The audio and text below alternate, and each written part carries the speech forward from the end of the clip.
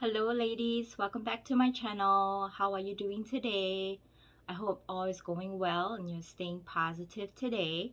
Again, we're back in another episode of Daily Reflections. I'm feeling a lot better today. I was able to at least get my hair together with a headband. I think that's pretty easy. Put a little bit of light makeup on. At least I look more presentable. But I'm so glad that you are here.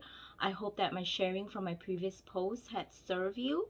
And so without further ado, let's go into our daily reflection from the Book of Awakening.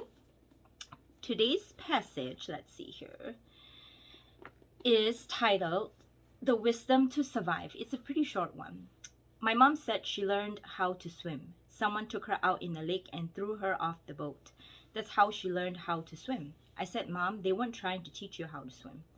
Reframing what happens to us can be a healthy way to survive terrible things, or it can become a veil of denial that keeps us from moving on. Often we simply have to trust that we will see the truth of things when we are strong, enough, and ready. Yet the danger in not seeing things as they are or were is that we can start to believe that in order to learn something, we need someone to throw us off the boat or out of the relationship. If we can't see the difference between the cruelty or hardship we experience and the wisdom waiting in our reflex to survive, we can find ourselves needing crisis and pain in order to learn. While much learning comes from crisis and pain, not all of it needs to. We don't need something to go wrong in order to change. I like this passage. I can tell you for certain that I am someone that needs to learn stuff the hard way. It's always been me. I've always been very impulsive. I just, go head first and then figure out how to fix it later. And I think that I'm sure you've heard of the saying sink or swim. And a lot of times we have to be pushed into a situation where we have to decide to sink or to swim. And I guess what the passage is telling us is it doesn't have to be that way.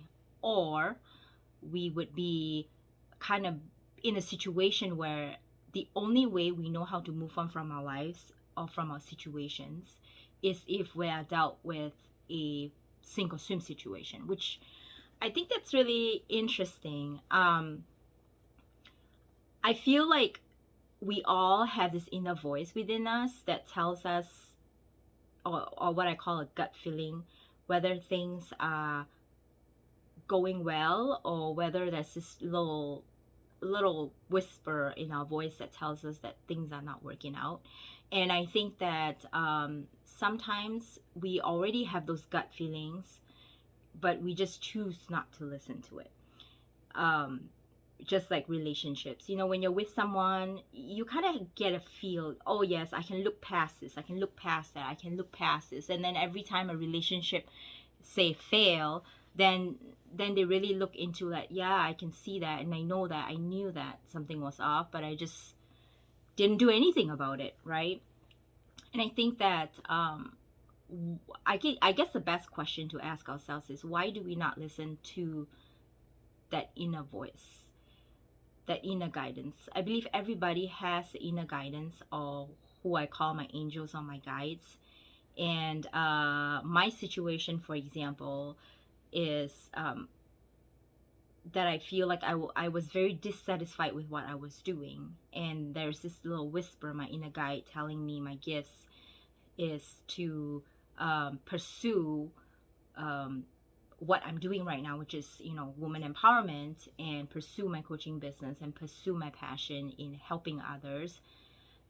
And my practical side of things is I need to continue to stay in my corporate job. I need to be responsible. My family depends on me.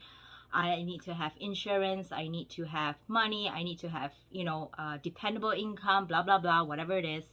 And I kind of continue to push on and to push on and to push on, which led to my mental breakdown, because I just cannot continue to fake who I'm not anymore. And that's just one example of sink or swim, right? It's kind of like you are put in a situation where you you just have to decide, or your body decides for yourself, which is what happened to me. Or in my marriage, where, my first marriage, where I was, I get a sense that he's very controlling. I get a sense that he's a little bit verbally abusive. I got a sense that, but I'm like, well, I married him now, so what am I going to do? I'm just going to stick it out. I'm just going to work around it, work with it. And, in the end, it took, it just, took you that one day to just like wake up and realize like, this is not working, and I need to do something about it. But I didn't plan, because I needed to wait till that sink or swim point to make the decision. And then I started learning how to paddle, learning how to kick and swim. And it's not too late, but I think that if I had seen it coming, or listened to my gut, I maybe could have a better plan. But sometimes I think it's life pushes you where you need to go, whether you see it coming or not. But I think that's where that awareness and that self-reflection come in. I think we all secretly know our own personality, what our strengths are, what our weaknesses are, what our faults are. And I think that we definitely can do some self-reflection to see like which part of us is not actually serving us, where within ourselves are we, or areas in our life that we self-sabotage. And those are not things that are surprising to us, but I don't think that we take the time to really look at those areas and think, how can I be better?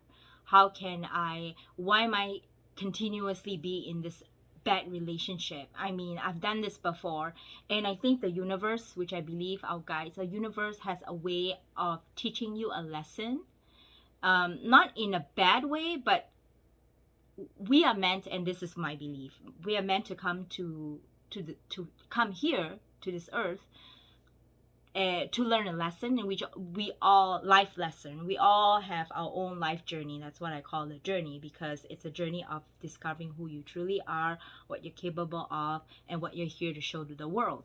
And I think that sometimes we forget who we really are, and all these little life lessons show up in our life to help us learn what is serving us and what is not serving us, so that we can make a change for a better path.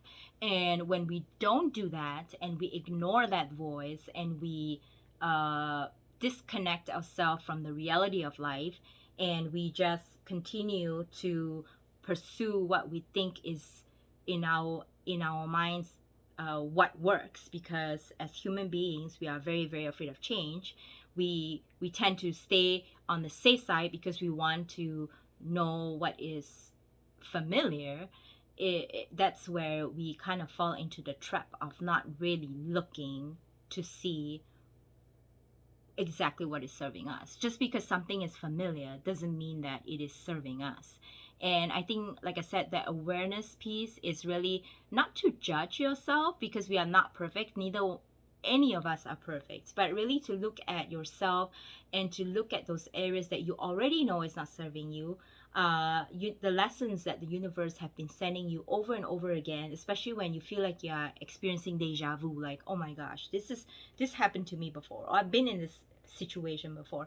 Because what I believe is that you have not learned that lesson, because you have not chosen a different path, and so you fall into a pattern of that's what the self-sabotaging pattern of repeating that same situation over and over again. And until you choose to let that go, that part that doesn't serve you, you're going to continue to fall into that same lesson, maybe in different characters that might come into your life in terms of relationship. Maybe a different man, but same situation. You tend to pick a certain kind of quality of man. Or it could be you tend to maybe fall into some addictions, because you are unable to face yourself and look at the dark side or the shadow side of yourself, or you continue to self-sabotage yourself because you don't truly and fully love who you are, and embrace that shadow self too as well. I know this might sound a little woo-woo, but my hope is that maybe this passage would bring to you some awareness of, or maybe just for you to think about, which part of my life is not serving me. What am I doing about it? What are some of the lessons that I feel like I'm continuously learning? Like for me right now, I would feel like my lesson is to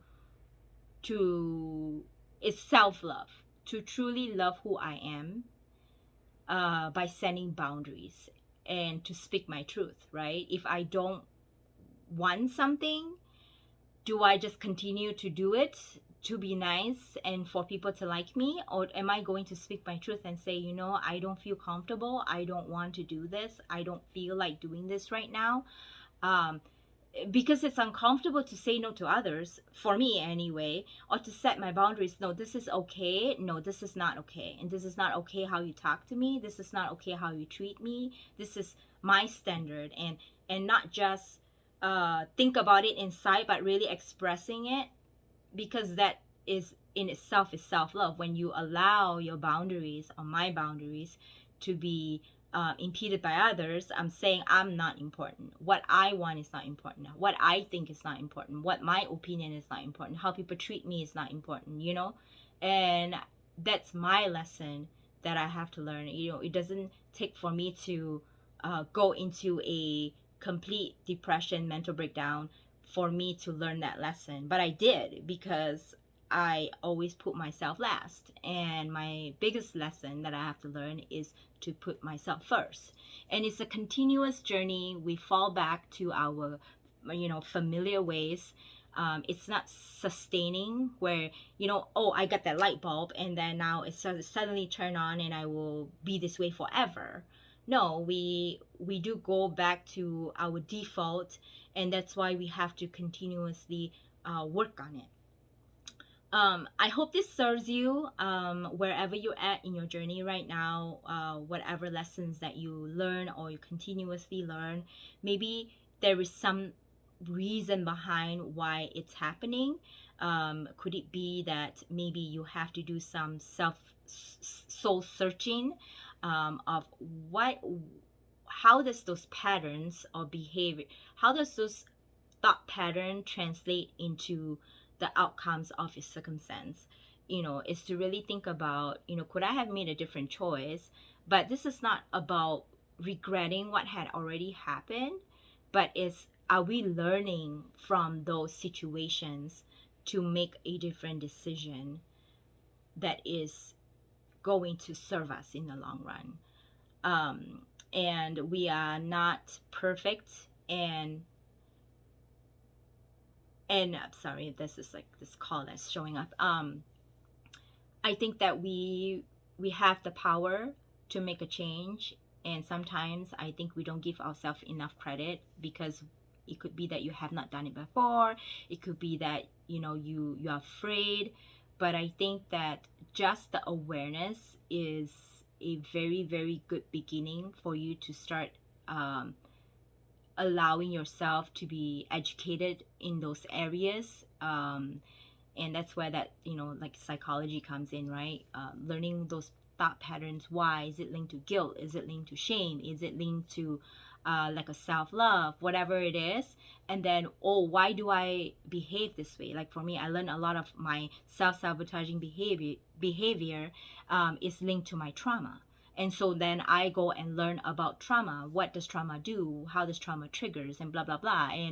And so do your homework, because when you are aware, just naturally you do make some adjustment, and sometimes those little adjustments become has a big, huge impact in your life.